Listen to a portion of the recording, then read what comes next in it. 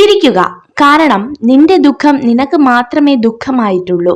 കേൾവിക്കാർക്കെന്നും കെട്ടുകഥകൾ മാത്രമാണ്. നിങ്ങൾക്ക് മറ്റുള്ളവരുടെ പ്രവൃത്തികൾ നിയന്ത്രിക്കാൻ കഴിയില്ല, എന്നാൽ നിങ്ങളുടെ പ്രതികരണങ്ങൾ നിയന്ത്രിക്കാൻ കഴിയും.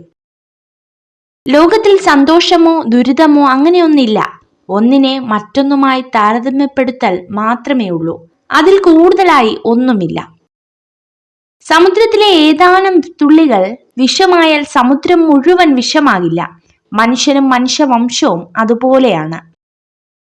സമ്പത്തിൽ ജനിച്ചവർക്കും എല്ലാ ആഗ്രഹങ്ങളും നിറവേറ്റാനുള്ള മാർഗമുള്ളവർക്കും ജീവിതത്തിന്റെ യഥാർത്ഥ സന്തോഷം എന്താണെന്ന് അറിയാനാകില്ല. സൂര്യനെ പോലെ തിളങ്ങാൻ നിങ്ങൾ ആഗ്രഹിക്കുന്നുവെങ്കിൽ ആദ്യം സൂര്യനെ പോലെ എരിയണം. അവനവന് കീഴടങ്ങുന്നവർക്ക് മാത്രമേ ലോകം കീഴടക്കാനാകൂ. ശ്രമത്തിലാണ് സംതൃപ്തി ഉളവാകുന്നത്, ഫലപ്രാപ്തിയിലല്ല. സമ്പൂർണ്ണ ശ്രമം സമ്പൂർണ്ണ വിജയമായി മാറുന്നു. ദൂരെ നിന്ന് നോക്കുമ്പോൾ മാത്രമേ കാടുള്ളൂ. അടുത്ത് ചെല്ലുമ്പോൾ ഓരോ മരങ്ങളും ഒറ്റയ്ക്കാണ്. അങ്ങനെയാണ് ജീവിതവും. നോക്കുമ്പോൾ എല്ലാവരുമുണ്ട്, പക്ഷേ നമ്മൾ തനിച്ചാണ്. എല്ലാ മനുഷ്യജ്ഞാനവും 2 വാക്കുകളിൽ സംഗ്രഹിക്കുന്നു: കാത്തിരിക്കുക, പ്രത്യാശിക്കുക. അത്യാഗ്രഹം മനുഷ്യരെ എന്നേക്കും ദരിദ്രനാക്കുന്നു. ഈ ലോകത്തിന്റെ സമൃദ്ധി പോലും അവരെ സമ്പന്നരാക്കില്ല.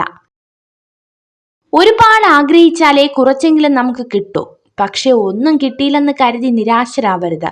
കാരണം ഇന്നല്ലെങ്കിൽ നാളെ തീർച്ചയായും നമ്മുടേതായ ഒരു ദിവസം വരും. മാറ്റം നല്ലതാണ്. അത് പക്ഷെ നിഴൽ പോലെ കൂടെ നടന്നവരെ കറിവേപ്പില പോലെ വലിച്ചെറിഞ്ഞിട്ടാകരുത്. തിന്മയുടെ വിജയത്തിന് ആവശ്യമായ ഒരേ ഒരു കാര്യം നല്ല മനുഷ്യർ ഒന്നും ചെയ്യാതിരിക്കുക എന്നതാണ്.